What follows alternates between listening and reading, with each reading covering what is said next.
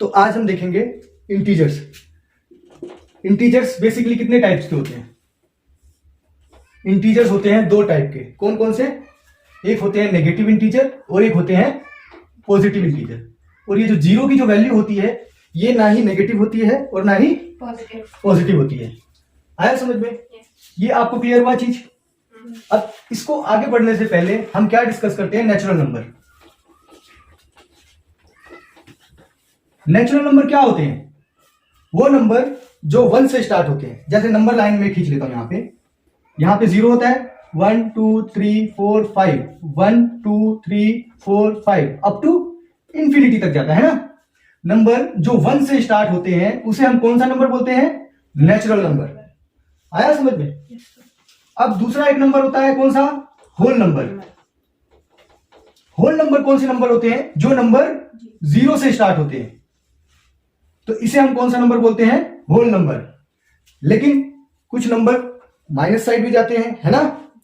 जो negative side जो number जाते हैं, जैसे -1, -2, -3, -4 up to infinity, minus infinity. आया समझ में? जैसे टेम्परेचर हम माइनस में मेजर करते हैं ना, तो क्या होता है? तो ये जो नेगेटिव में नंबर जा रहे हैं उसको हम कौन से नंबर बोलेंगे? वो हमारे होंगे नेगेटिव नंबर। ये कौन से नंबर है? Negative number. अब ये positive plus negative plus 0, positive number, negative number और 0, इन सबको मिला के हमने क्या बोल दिया? इंटीजर। आया समझ में? इन सबको मिलाकर मैंने क्या बोला? इंटीजर्स। क्लियर हुआ? इंटीजर्स होते क्या है ये पता चला। Negative plus 0 plus positive number, वो सारे कौन से नंबर है आपके? इंटीजर्स नंबर है। क्लियर हुआ? इतना क्लियर हुआ? कुछ डाउट है इसमें? श्योर हो? बताओ, कुछ पूछना है तो पूछ लो। नेचुरल नंबर क्या होते हैं, होल नंबर क्या होते हैं और इंटीजर्स क्या होते हैं, ये क्लियर है ना बेटा? अब हम आ जाते हैं अपने नेक्स्ट टॉपिक की तरफ। अब इंटीजर्स की कुछ प्रॉपर्टीज भी होती है ना, तो हम क्या पढ़ेंगे? Property of integers. ठीक है, इंटीजर की प्रॉपर्टी होती है, तो सबसे पहले प्रॉपर्टी कौन सी होती है उसकी? एडिशन की। इंटीजर्स में एडिशन कैसे किया जाता है ना। एडिशन, सब्ट्रैक्शन, मल्टीप्लिकेशन, डिवीजन, ये सारी चीजें होती है कि नहीं इंटीजर्स में? तो हम वो देखते हैं। तो सबसे पहले हम देखेंगे एडिशन की प्रॉपर्टी। एडिशन किसका हो रहा है? इंटीजर्स का हो रहा है ना।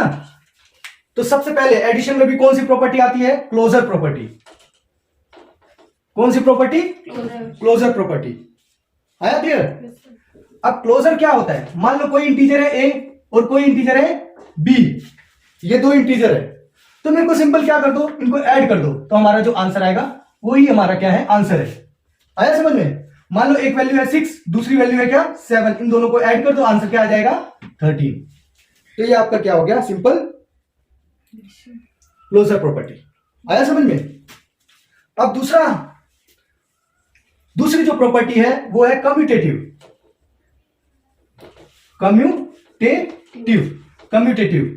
कम्यूटेटिव में क्या होता है? कम्यूटेटिव, मान लो कोई वैल्यू a है, उसको प्लस करो b से, तो आंसर क्या आएगा? a प्लस b, जो भी आंसर आएगा, है ना। जो भी आप ऐड करोगे उसके बाद जो आंसर आ जाएगा वो आपका क्या रहेगा? आंसर रहेगा। जैसे मान लो एक वैल्यू 6 है, दूसरी वैल्यू 7 है, तो आंसर क्या आएगा? 13। मान लो a की वैल्यू 6 है और b की वैल्यू -7 है, तो आंसर क्या आएगा? 6 प्लस -7, तो क्या होगा? -1 आ गया। Yes sir. अब कम्यूटेटिव प्रॉपर्टी क्या बोलती है? मैं a प्लस बी करूं या b प्लस a करूं, आंसर क्या आना चाहिए? सेम आना चाहिए, है ना। यही तो है कम्यूटेटिव प्रॉपर्टी। नहीं तो इसमें फर्क क्या है? अब देखो, अब मैं इसको यहां पे 7 प्लस 6 करूं तो आंसर क्या आएगा? 13 ही आएगा ना। अब इसको मैं -7 प्लस 6 करूं तो आंसर क्या आएगा? -1। सेम ही तो आंसर आया, सेम ही आंसर आया ना। तो यही है हमारी क्या? Commutative property. a plus B is equal to B plus A. आया समझ में? ये हमारी कौन सी प्रॉपर्टी है? Commutative property. ये क्लियर हुआ आपको? क्लियर हुआ बेटा? कोई भी डाउट हो तो तुरंत पूछ लेना। अब हम आ जाते हैं अपने नेक्स्ट प्रॉपर्टी की तरफ। कौन सी प्रॉपर्टी है? Associative property. एसोसिएटिव, ये प्रॉपर्टी क्यों पढ़ते हैं आपको पता भी है? हाँ, कभी कभार हमें वैल्यू को अरेंज करना पड़ता है, सिचुएशन के हिसाब से, तो हम वैल्यू को आगे पीछे करते हैं। तो कौन सी प्रॉपर्टी हम कब यूज करते हैं, यहां से हमें पता चलता है। ठीक है, अब एसोसिएटिव प्रॉपर्टी में क्या होता है, मान लो कोई वैल्यू ए है, दूसरी वैल्यू बी है और तीसरी वैल्यू सी है। आया समझ में? तो मैं क्या करता हूं, इसको ए प्लस बी पहले कर देता हूं, बाद में सी को ऐड कर देता हूं। ठीक है, ये किसके बराबर होगा, ए प्लस बी प्लस सी। अब मैंने यहां पे क्या किया, पहले ए प्लस बी को ऐड कर दिया, फिर उसके बाद मैंने सी के साथ ऐड कर दिया। अब मैंने यहां पे क्या किया, बी प्लस सी को ऐड किया और जो आंसर आया ए के साथ ऐड कर दिया। आंसर मेरा क्या आएगा, दोनों साइड सेम आएगा। इसको हम बोलते हैं लेफ्ट हैंड साइड और इसको हम बोलते हैं राइट हैंड साइड। आया समझ में? मान लो ए की वैल्यू आपके पास 4 है, बी की वैल्यू 3 है और सी की वैल्यू 2 है। तो अब ए की वैल्यू रखो, इसमें रखो, वैल्यू क्या होगा, ए की वैल्यू कितनी है 4 प्लस 3 प्लस सी की वैल्यू कितनी है 2 इज इक्वल टू ए की वैल्यू कितनी है 4 प्लस बी की वैल्यू कितनी है 3 प्लस सी की वैल्यू कितनी है 2। अब देखो दोनों साइड आंसर सेम आना चाहिए, तो 4 प्लस 3 कितना हुआ 7 प्लस 2, यही हुआ ना। और इज इक्वल टू यहां पे 4 प्लस 5, तो ये भी 9 और ये भी 9, आंसर सेम आ गया दोनों साइड। तो यही एसोसिएटिव प्रॉपर्टी बोलती है कि आप क्या करो, ए प्लस बी प्लस सी करो या फिर ए बी प्लस सी करो, आंसर क्या रहेगा आपका सेम रहेगा। यही प्रॉपर्टी बोल रही है। अब हम आ जाते हैं अपनी फोर्थ प्रॉपर्टी पे। फोर्थ प्रॉपर्टी कौन सी है हमारी, एडिटिव आइडेंटिटी। एडिटिव आइडेंटिटी, ये भी बहुत सिंपल है। एडिटिव आइडेंटिटी क्या है कि कोई भी वैल्यू है, 9 है या ए है कोई वैल्यू, इसके साथ में क्या ऐड करूं कि ये ए ही आ जाए आंसर। 0 ऐड करूंगा ना, ए के साथ ए ऐड करूंगा तो क्या आएगा 2a आ जाएगा ना। इसके लिए मेरे को क्या ऐड करना पड़ेगा 0, कि जो वैल्यू के साथ मैं ऐड कर रहा हूं वो वैल्यू खुद ही आनी चाहिए, है ना। जो मेरी ओरिजिनल वैल्यू है, जो मेरी आइडेंटिटी है, वही आना चाहिए। उसी को हम क्या बोलते हैं, एडिटिव आइडेंटिटी। 9 के साथ मैं ऐसा क्या ऐड करूं कि आंसर 9 ही आ जाए, 0, या 9 प्लस 0 करूं या 0 प्लस 9 करूं, आंसर क्या आएगा सेम ही तो आएगा, 9 9 आएगा। तो बस यही बोल रहे हैं लोग, आप a प्लस 0 करो या 0 प्लस a करो, आंसर आपका क्या आएगा a ही आएगा। आया समझ में? यही आपकी प्रॉपर्टी है, कौन सी, एडिटिव आइडेंटिटी। अब हमारे पास एक और प्रॉपर्टी है, कौन सी, एडिटिव इनवर्स। इसको हम समझ लेते हैं। एडिटिव इनवर्स का मतलब क्या होता है, हाँ बताओ, बताओ जल्दी से। एडिटिव इनवर्स मतलब क्या हुआ, एक मान लो कोई आपके पास इंटीजर है, इंटीजर मान लो a है, इसमें आप ऐसा क्या ऐड करोगे कि 0 आ जाए, क्या ऐड करोगे बताओ, ऐसा क्या ऐड करोगे आंसर 0 आ जाए, a ऐड कर दोगे, a ऐड कर दोगे तो आपका आंसर तो 2a आ जाएगा। हाँ, तो -a कर दोगे आप, वेरी गुड। तो आप क्या करोगे यहाँ पे -a, तो क्या आ जाएगा a माइनस a, तो क्या आंसर आ गया 0। इनवर्स मतलब क्या, जो भी आपके पास वैल्यू है उसका नेगेटिव, नेगेटिव है। मान लो अगर आपके पास -a है तो क्या ऐड करोगे कि 0 आ जाए, -a है तो क्या ऐड करोगे, सिंपल a ऐड कर दो तो आंसर आ गया 0। तो अब आपको बोलेंगे b का एडिटिव इनवर्स क्या है, तो क्या बोलोगे -b। आया समझ में? तो ये होता है आपका एडिटिव इनवर्स। अब आपने प्रॉपर्टीज ऑफ इंटीजर्स में देख लिया क्या, एडिशन, और एडिशन के अंदर आप काफी सारी प्रॉपर्टी पढ़ी, जैसे कौन सी, closure property, commutative property, associative property, additive identity और एडिटिव इनवर्स। अगर इसमें कोई भी डाउट है तो बेटा मेरे से पूछ सकते हो, पूछ लो जल्दी से अगर कोई भी डाउट है तो, नहीं तो हम आगे बढ़े। बढ़े, आया समझ में? अगर इसमें कोई भी डाउट हो तो एक बार घर पे जाके जरूर वीडियो देखना, है ना, और उसके बाद फिर भी अगर लगे नहीं समझ में आ रही है चीजें तो मेरे को बता देना, ठीक है बेटा, है ना। अब हम आ जाते हैं अपने दूसरी प्रॉपर्टी। अभी हमने कौन सी प्रॉपर्टी देखी, एडिशन की, अब हम कौन सी देखेंगे, सबट्रैक्शन। सबट्रैक्शन, तो सबट्रैक्शन में भी जैसे हमने बहुत सारी प्रॉपर्टी पढ़ी थी वही सारी प्रॉपर्टी पढ़ेंगे। तो सबसे पहले हमने कौन सी पढ़ी थी, क्लोजर। क्लोजर मतलब क्या होता है, देखो सिंपल, आप मेरे को बताओ, ए कोई इंटीजर है ए और दूसरा इंटीजर है बी, तो मैं क्या करूं, सिंपल a माइनस बी कर दूं, a माइनस बी कर दूं, तो क्या होगा, जो आंसर आएगा वो आपका आंसर ही रहेगा, ठीक है। तो आपने सिंपल क्या करना है इसमें, a माइनस बी। आया समझ में? अब दूसरा क्या है हमारे पास? दूसरी कौन सी प्रॉपर्टी है? कम्यूटेटिव, यही है ना? कम्यूटेटिव ही है ना? है कि नहीं है कम्यूटेटिव? देखो ना सब्ट्रैक्शन में कम्यूटेटिव प्रॉपर्टी।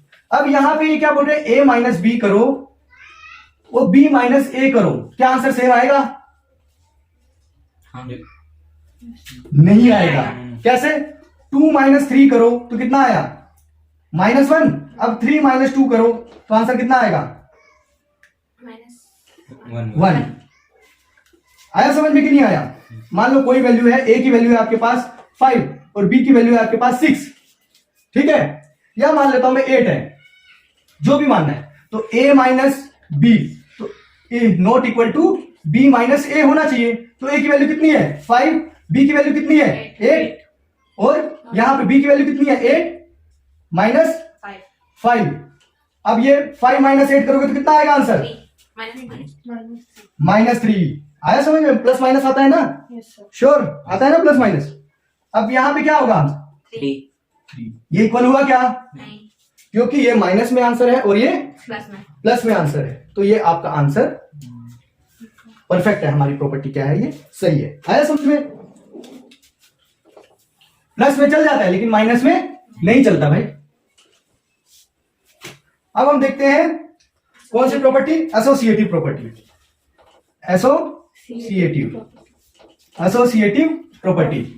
अब एसोसिएटिव प्रॉपर्टी में मान लो कोई वैल्यू है ए, इंटीजर है ए और बी और सी। मैं ए माइनस बी माइनस सी कर रहा हूं और ए माइनस बी माइनस सी करूं, क्या आंसर सेम आएगा? आंसर सेम आएगा? नहीं। ध्यान से देखो, आंसर सेम आएगा क्या? नहीं आएगा।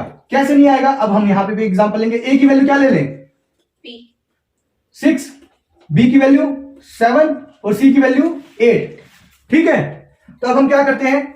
ए minus B minus C not equal to A minus B minus C, ये होना चाहिए ना? तो ए की वैल्यू रखो यहां पे, कितना होगा? 6 minus 7 minus 8 not equal to A की वैल्यू कितनी है? 6 माइनस 7 माइनस 8। आया समझ में? अब करो 6 माइनस 7 कितना होता है? -1 है ना? -8 -1 आ गया। अब ये -8 है ना? नॉट इक्वल टू 6 7 माइनस 8 कितना होता है? -1। ये हुआ। अब ये -1 माइनस 8 कितना होगा? -1 माइनस 8 कितना होगा? माइनस का 9 not equal to minus minus क्या होता है? प्लस। तो 6 प्लस 1 तो कितना हो गया? ये -7 not equal to -9 not equal to 7। ये हमारी प्रॉपर्टी हमने प्रूफ कर दी। ये प्रॉपर्टी, यही तो मैं बता रहा था। कौन सी प्रॉपर्टी है ये? Associative property. क्लियर हुआ? इसमें कोई भी डाउट है बेटा? बताओ, तुम्हें कोई डाउट है? अगर कोई भी डाउट हो तो तुरंत पूछ लेना, ठीक है? ये हमारा हो गया काम। आपने समझ ली एसोसिएटिव प्रॉपर्टी, कम्यूटेटिव प्रॉपर्टी और क्लोजर प्रॉपर्टी। अब हम देखते हैं प्रॉपर्टी ऑफ जीरो, है ना? Role of zero. हाँ, रोल ऑफ जीरो बोल देते हैं हम इसको। चलो, रोल ऑफ जीरो। तो रोल ऑफ जीरो क्या है? अब आप सोचोगे a माइनस 0 करूं या 0 माइनस a करूं, आंसर सेम आएगा क्या? सेम आएगा? आएगा? Yes sir. आएगा। चलो ठीक है। मान लो a की वैल्यू 5 है ना? तो 5 माइनस 0 करोगे तो आंसर कितना आएगा? 0 आएगा। और 0 माइनस 5 करोगे तो आंसर क्या आएगा? -5। तो आंसर सेम आया क्या? नो। तो यही तो बता रहे हैं, रोल ऑफ जीरो भी क्या है यहाँ पे? सेम नहीं होगा। आया समझ में? तो ये हमारी सारी प्रॉपर्टी किसकी है? सब्ट्रैक्शन की। इंटीजर्स की दो प्रॉपर्टी हमने एडिशन और सब्ट्रैक्शन देख ली है। इसमें अगर आपको अभी भी कोई डाउट है तो आप उससे पूछ सकते हो बेटा। फिर मैं क्वेश्चन पूछूंगा आपसे, तो क्वेश्चन आपको आने चाहिए। है कोई डाउट? क्लियर है ना? ओके। तो अभी तक आपने क्या समझ लिया? एडिशन एंड सब्ट्रैक्शन, और उसके अंदर जो भी प्रॉपर्टी आती थी वो सारी प्रॉपर्टी आपने समझ ली है। अब उन प्रॉपर्टियों में कोई डाउट है आपको? नहीं है ना? तो अब हम आ जाते हैं अपनी नेक्स्ट प्रॉपर्टी के ऊपर, जो है मल्टीप्लीकेशन। आया क्लियर? अब हम देखते हैं मल्टीप्लीकेशन।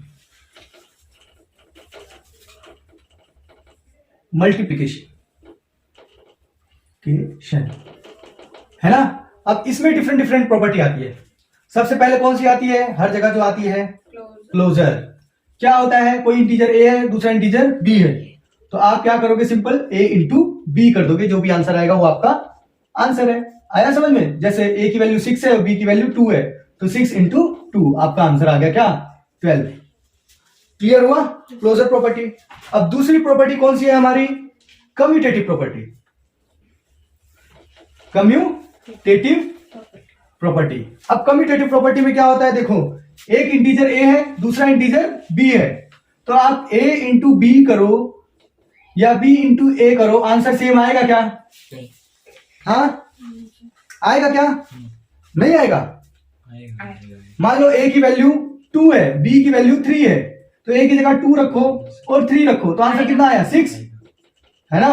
अब 3 इंटू 2 तो आंसर क्या आया, 6, तो आंसर सेम आया ना।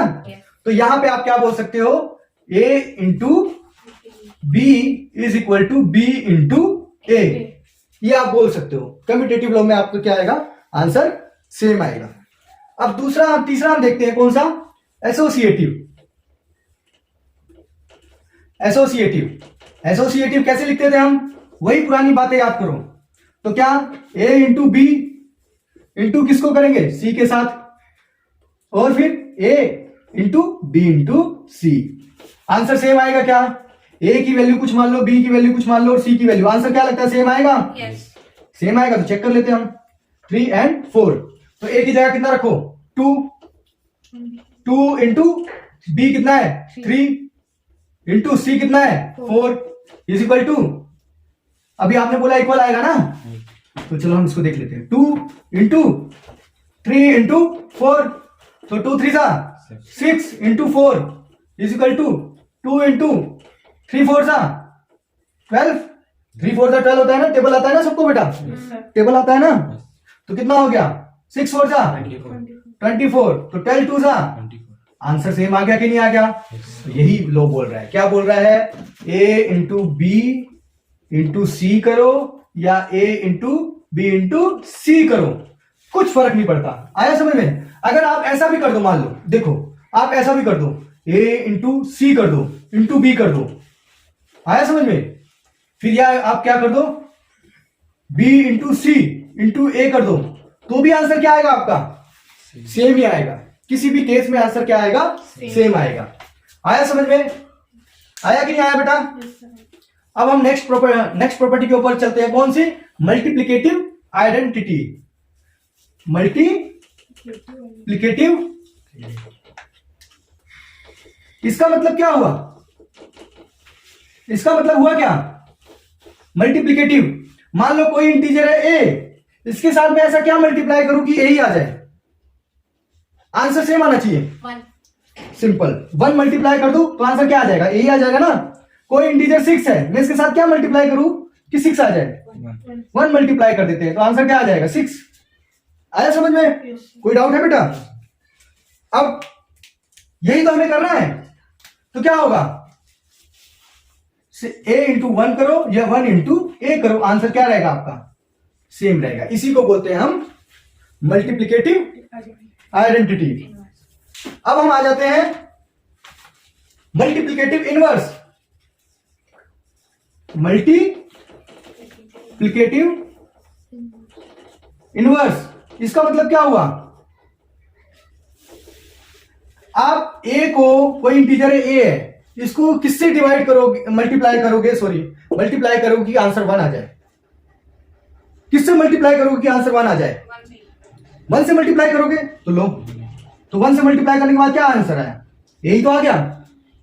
तो फिर किससे मल्टीप्लाई करोगे, सोचो, 0 से, तो 0 से मल्टीप्लाई करोगे a इंटू 0, तो आंसर क्या आ जाएगा, 0 नहीं आ जाएगा। तो किससे मल्टीप्लाई करोगे, 2 से कैसे मल्टीप्लाई करोगे, क्या आंसर दे रहे हो, 2 इंटू ए, तो क्या आ जाएगा, 2a हो जाएगा कि नहीं हो जाएगा। ये थोड़ी ना होता है आंसर, बताओ बेटा, दिमाग लगाओ। a इंटू माइनस ए, नहीं, a इंटू माइनस ए करोगे तो a इंटू माइनस ए, तो क्या हो जाएगा, a माइनस ए का स्क्वायर हो जाएगा बेटा, कटेगा कैसे, a इंटू ए क्या होता है, a स्क्वायर होता है ना, बताओ।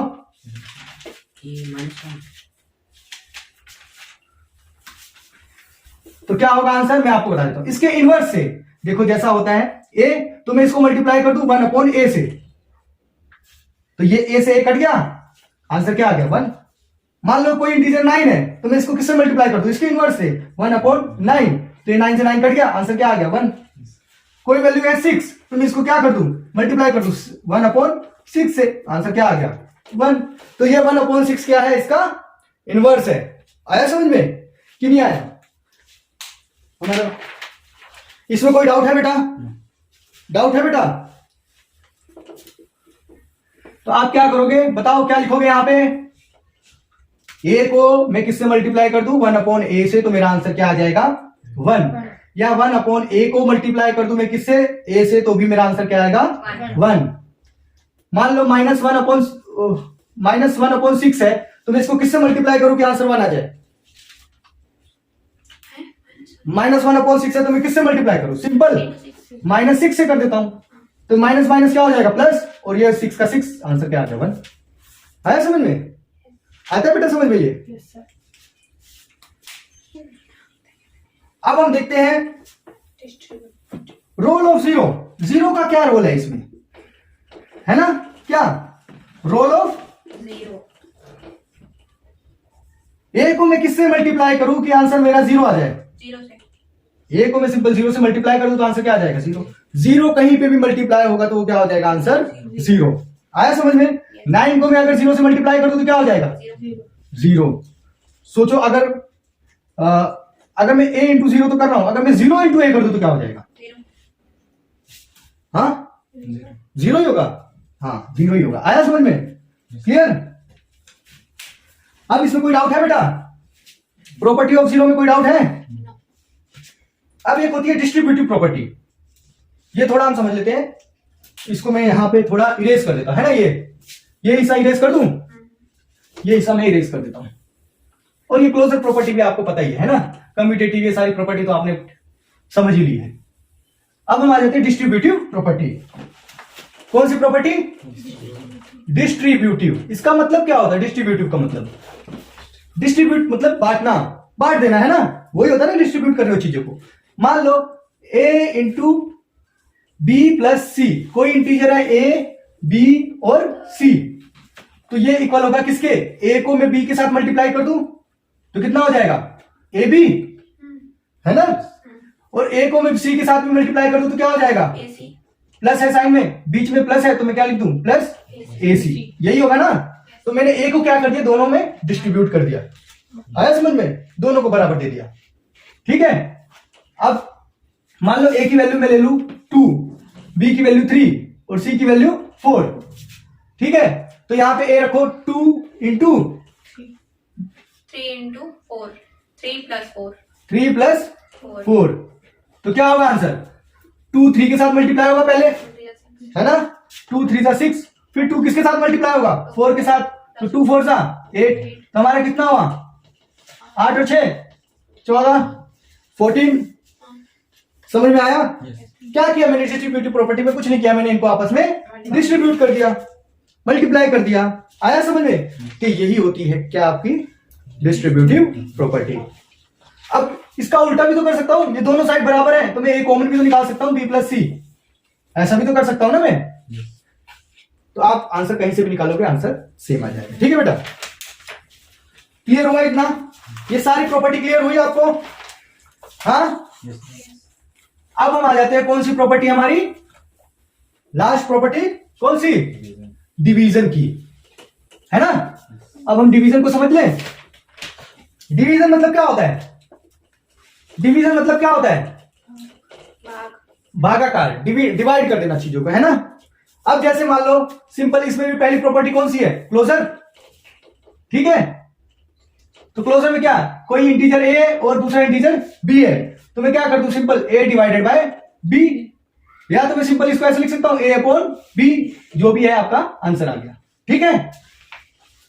अब दूसरी प्रॉपर्टी है आपकी कौन सी? कम्यूटेटिव। ये कम्यूटेटिव प्रॉपर्टी तो हर जगह आपको देखने को मिलेगी, कम्यूटेटिव, एसोसिएटिव और क्लोजर प्रॉपर्टी, ये तो आपको हर जगह देखने को मिलती है और बहुत यूज भी होती है। अब देखो कम्यूटेटिव प्रॉपर्टी में मैं क्या करता हूं, मान लो ए डिवाइड करता है किसको, बी को, तो क्या बी डिवाइड करेगा ए को? बताओ क्या बराबर आएगा आंसर? मान लो चलो एक इंटीजर है 4 और बी इंटीजर है 2, सॉल्व करो, आंसर क्या बराबर आता है दोनों साइड?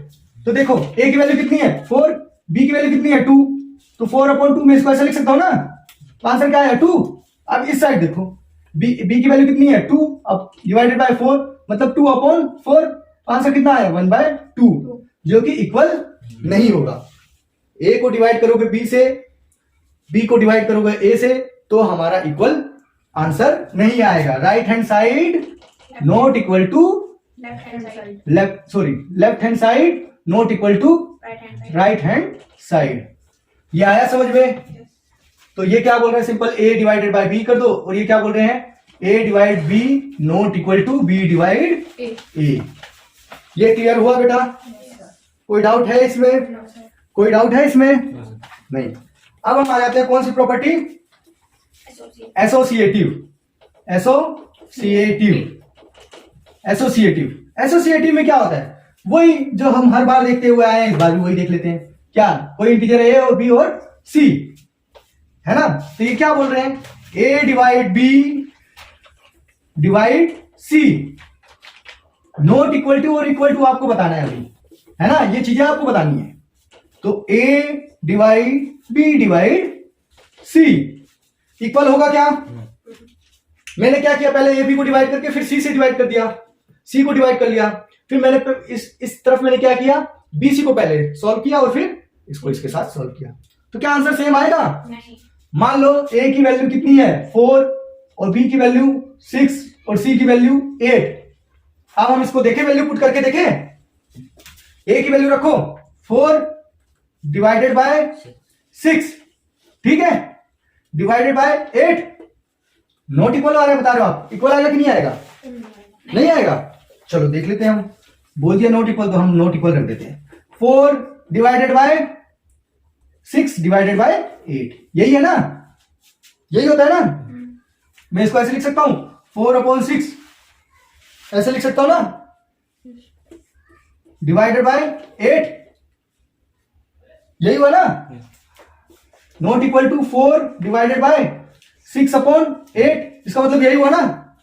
अब मैंने इसको इससे कट किया तो कितना हुआ, 2 3 2 2 2 3 है ना, और इसको 2 3 2 4 ये आया ना, तो क्या है 2/3 डिवाइडेड बाय 8, यही हुआ ना। Not equal to 4 divided by 3/4। अब आप ध्यान से देखो, ये जो डिवाइड का साइन है ना, ये जो डिवाइड का साइन, मैं इसको मल्टीप्लीकेशन में कन्वर्ट कर सकता हूं। कैसे? 2/3 इसको इनटू कर दूं तो ये 1/8 हो जाएगा। आया समझ में? इनवर्स हो जाएगा। वैसे ही मैं इस साइड भी कर दूं तो ये क्या हो जाएगा, ये उल्टा हो जाएगा, 4 इंटू 4/3। आया समझ में? उल्टा कर दिया सिंपल मैंने। तो अब ये 2 4 है ना, तो ये क्या बचा 1/12, और इस साइड क्या बचा 4 4 16/3। आंसर सेम आया क्या? नहीं आया। तो यही तो बोल रहे हैं कि आंसर सेम नहीं आएगा। मैं भी तो यही बोल रहा हूं ना, आंसर सेम नहीं आएगा। तो हमने एसोसिएटिव प्रॉपर्टी को भी अच्छी तरीके से डिटेल में समझ लिया। कोई डाउट है बेटा इसमें? नहीं है ना? श्योर हो ना? आपका देखो नेचुरल नंबर, होल नंबर, ये सारे क्वेश्चन इसमें सोल्व हो जा रहे हैं। इंटीजर्स भी पूरा सोल्व हो रहा है ना। क्लास 6 के 2 चैप्टर एक साथ इसमें सोल्व हो रहे हैं, और क्लास 7 के भी चैप्टर सोल्व हो रहे हैं। आया समझ में? और क्लास 9 10th में जो आना है वो तो आना ही है। ये सारे आप टेंशन मत लो, जीवन भर आपका पीछा नहीं छोड़ेंगे अगर आप मैथमेटिक्स की फील्ड में जाते हो तो। आया समझ में? कहीं पे भी आपका पीछा नहीं छोड़ने वाले। अब आपने ये चीजें तो समझ ली भाई अच्छी तरीके से। अब एक और चीज देखते हैं, डिवीजन एल्गोरिदम। क्या? डिवीजन एल्गोरिदम, है ना। डिवीजन एल्गोरिदम क्या होता है? मान लो कोई वैल्यू है, मान लो ये है 4, और इसको हमें डिवाइड करना है किससे? 10 से, ठीक है। तो 4 2 8, तो रिमाइंडर कितना बचा? 2, यही बचा ना। अब इसको मैं मान लेता हूं क्या, ये है y और ये क्या है x और ये क्या है q और ये क्या है r। अब ये जो x है ये क्या है आपका डिविडेंड, ये जो 4 है ये क्या है आपका डिवाइजर, और ये जो 2 है जो q है ये क्या है आपका क्वोशंट। क्वोशंट की स्पेलिंग थोड़ी मिस्टेक होगी। और r जो है ये क्या है रिमाइंडर। आया समझ में? तो मैं इसको कैसे लिखता हूं, ये मैंने x माना तो x इज इक्वल टू क्या y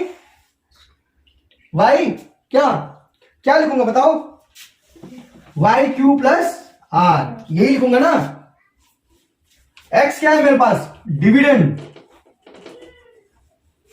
is equal to y क्या है मेरे पास डिवाइजर इनटू क्वोशंट। क्वोशंट की स्पेलिंग लिख नहीं रहा हूं मैं क्योंकि गलत हो सकती है। Quotient plus r remainder. आया समझ में? ये आपका होता है डिवीजन एल्गोरिदम। आया समझ में बेटा? इसमें कोई डाउट है? ये आपको ऐसे का ऐसा याद कर लेना है, बड़ा काम आएगा आगे, है ना, हर जगह काम आएगा। ठीक है बेटा? अभी तक पूरे चैप्टर में हमने पढ़ा, कोई भी डाउट हुआ आपको? नहीं ना? कुछ भी पूछना है तो पूछ सकते हो, अभी भी टाइम है हमारे पास। हाँ, तो आज के लिए हम यहीं पे खत्म करते हैं ना। ठीक है बेटा।